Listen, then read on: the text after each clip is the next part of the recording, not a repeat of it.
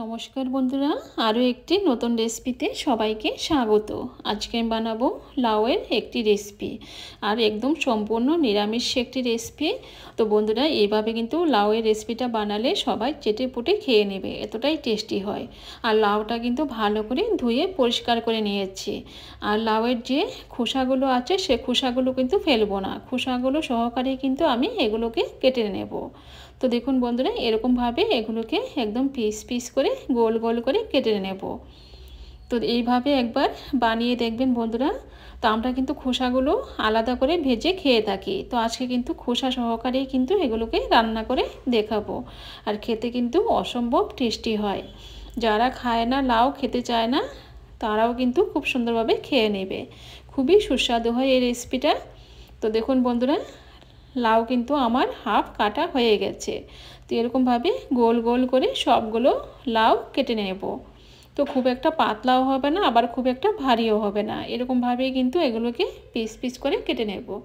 তো দেখুন বন্ধুরা, সবগুলো কিন্তু আমার কাটা হয়ে গেছে। আর দেখুন কতটুকু আমি এগুলোকে মোটা রেখেছি, খুব একটা পাতলাও নয়, আবার খুব একটা ভারীও নয়, মোটাও নয়।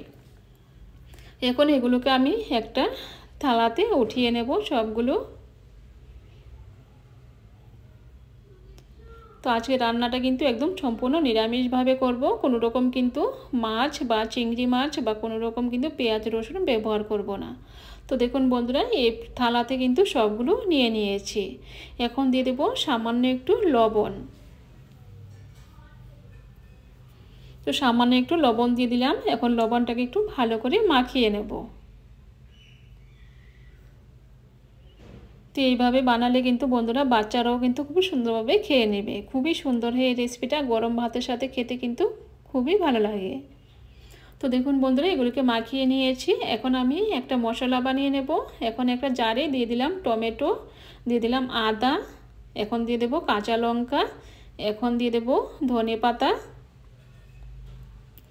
এখন দিয়ে দেব সর্ষে, 2 চামচ সর্ষে দিয়ে দিলাম। আর দিয়ে দেবো 2 চামচ বাদাম। বাদামটাকে একটু আমি ভেজে ওটা খোসাটা ছাড়িয়ে নিয়েছি। এখন দিয়ে দেবো সামান্য একটু জল দিয়ে ওটাকে একটা পেস্ট বানিয়ে নেব। তো দেখুন বন্ধুরা, একটা বানিয়ে নিয়েছি। এখন একটা বাটিতে ওটাকে রেখে দেব। তো ওটাকে আমি সাইডে রেখে দেব। এখন চুলায় বসিয়ে দিয়েছি একটা প্যান, আর দিয়ে দেবো তেল। তেলটাকে একটু গরম করে নেব। তো তেলটা গরম হয়ে গেছে। এখন যে লাউয়ের পিসগুলো আছে এগুলোকে এক এক করে দিয়ে দেব। তো যতটুকু জায়গা হবে আমি দিয়ে দেব। তো দেখুন বন্ধুরা, লাউ কিন্তু অনেক জল ছাড়ে, আর জল কিন্তু ছিটে কিন্তু হাতে পড়তে পারে, একটু সাবধানে কিন্তু দিতে হবে।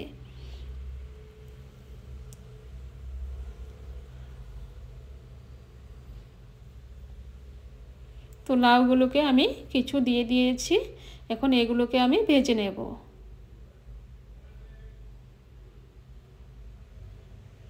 একটু নাড়াচাড়া করে দেব।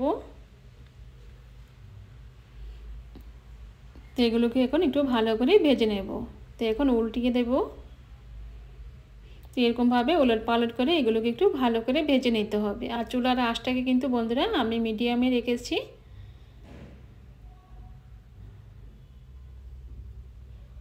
তো ভাজার আগে কিন্তু একটু লাউগুলিতে একটু লবণ মাখিয়ে নেবেন, তাহলে কিন্তু এগুলো সুন্দরভাবে সেদ্ধ হয়ে যাবে।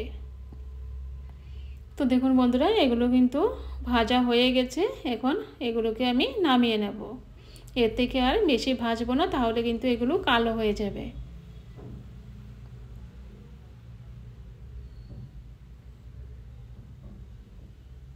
তো এরকমভাবে আমি সবগুলো ভেজে নেব।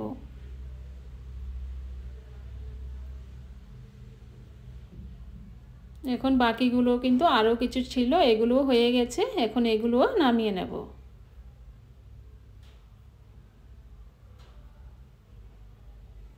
তো এরকমভাবে বন্ধুরা লাউটাকে একটু ভেজে এভাবে বানিয়ে দেখবেন, খেতে কিন্তু অসম্ভব টেস্টি হয়। তো দেখুন একটা পাত্রে রেখে দিয়েছি। এখন আরও সামান্য একটু তেল দিয়ে দিলাম। এখন দিয়ে দেবো 2টো এলাচ আর 2 টুকরো দারচিনি। এখন দিয়ে দেবো সামান্য একটু গোটা জিরে।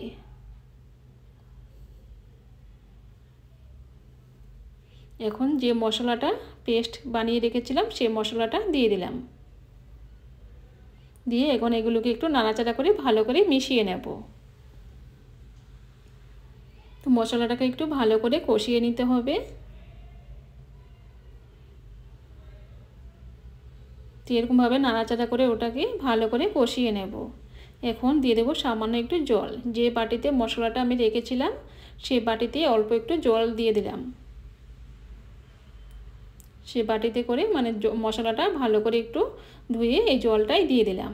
এখন ওটাকে ভালো করে কষিয়ে নেব। এখন কিছু মশলা দিয়ে দেবো। দিয়ে দিলাম জিরে গুঁড়ো, দিয়ে দিলাম লঙ্কার গুঁড়ো, আর দিয়ে দেবো এখন ধনে গুঁড়ো। এখন সবগুলো ভালো করে মিশিয়ে নেব। আর আজকে রান্নাটাতে কিন্তু বন্ধুরা আমি কিন্তু হলুদ দেব না, হলুদ ছাড়াই কিন্তু আজকে রান্নাটা আমি করব। তো মশলাটাকে একটু ভালো করে কষিয়ে নিতে হবে। তো দেখুন বন্ধুরা মশলাটা কিন্তু সুন্দরভাবে কষানো হয়ে গেছে। তো আরও একবার ভালো করে ওটাকে মিশিয়ে নেব।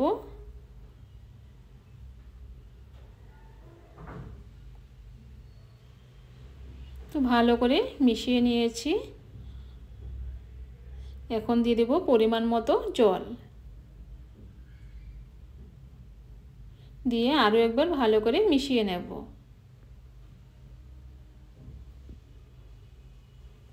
আর দেখুন বন্ধুরা কালারটাও কত সুন্দর এসেছে। তো এখন ওটাকে একটু ফুটে এসেছে। এখন যে লাউগুলো ভেজে রেখেছিলাম এই লাউগুলো দিয়ে দেব। এখন ভালো করে একটু মিশিয়ে নেব।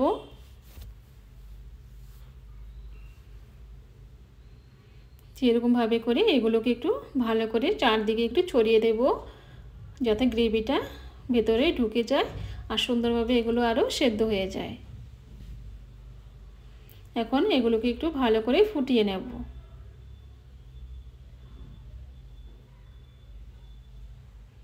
তো এখন ঢাকা দিয়ে দেব 5 মিনিটের জন্য। তো 5 মিনিট হয়েছে, এখন দেখে নেব। তো এগুলোকে আরও একবার ভালো করে একটু নাড়াচাড়া করে মিশিয়ে নেব।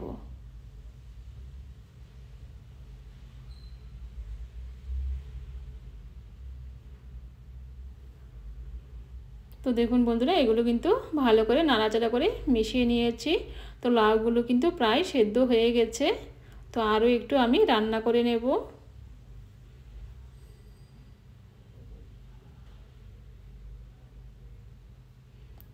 এখন ঢাকা দিয়ে আরও 2 মিনিটের জন্য এগুলোকে রান্না করে নেব। তো 2 মিনিট হয়ে গেছে, এখন দেখে নেব। তো দেখুন বন্ধুরা আমি কিন্তু মাঝখানে সামান্য একটু জল দিয়ে দিয়েছি।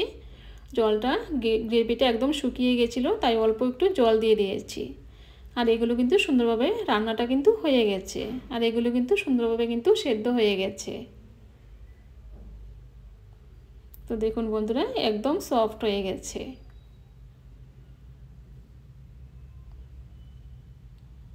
খুব সুন্দরভাবে সেদ্ধ হয়ে গেছে।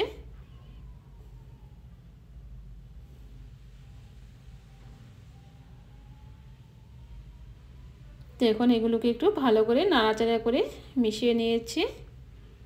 এখন দিয়ে দিলাম সামান্য একটু চিনি। চিনিটা দিলে কিন্তু ব্যালেন্সটা ঠিক থাকবে আর খেতে কিন্তু খুবই সুস্বাদু হয়। তো সামান্য একটু চিনি দিয়ে দিলাম। এখন ভালো করে মিশিয়ে নেব। তো ভালো করে মিশিয়ে নিয়েছি।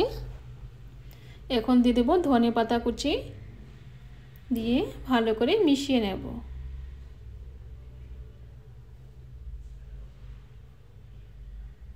দেখুন বন্ধুরা কত সুন্দর হয়েছে আর খুব সুন্দর কিন্তু একটা গন্ধও চলে এসেছে। আর গরম ভাতের সাথে কিন্তু এই রেসিপিটা খেতে অসাধারণ লাগে বন্ধুরা। তো এইভাবে একবার বানিয়ে দেখবেন। তো আমরা তো লাউয়ের রেসিপি অনেক রকমেরই খেয়ে থাকি। লাউ চিংড়ি খেয়ে থাকি, লাউয়ের ডাল দিয়ে খেয়ে থাকি। তো এইভাবে একবার বানিয়ে দেখবেন, খেতে কিন্তু অসম্ভব টেস্টি হয়। তো বন্ধুরা রান্নাটা কিন্তু হয়ে গেছে। এখন আমি গ্যাসের চুলাটাকে বন্ধ করে দেব।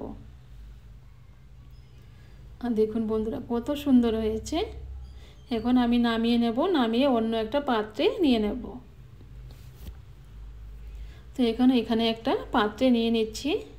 তো বন্ধুরা আজকে আমার এই লাউয়ের রেসিপিটা যদি ভালো লেগে থাকে আমার চ্যানেলটাকে সাবস্ক্রাইব করে আমার পাশে থাকবেন আর লাইক করতে কিন্তু বন্ধুরা একদম ভুলবেন না। আর ফেসবুক থেকে দেখে থাকলে আমার চ্যানেলটাকে ফলো করে আমার পাশে থাকবেন। তো আজকে এই পর্যন্তই, আবার দেখা হবে অন্য কোনো রেসিপি।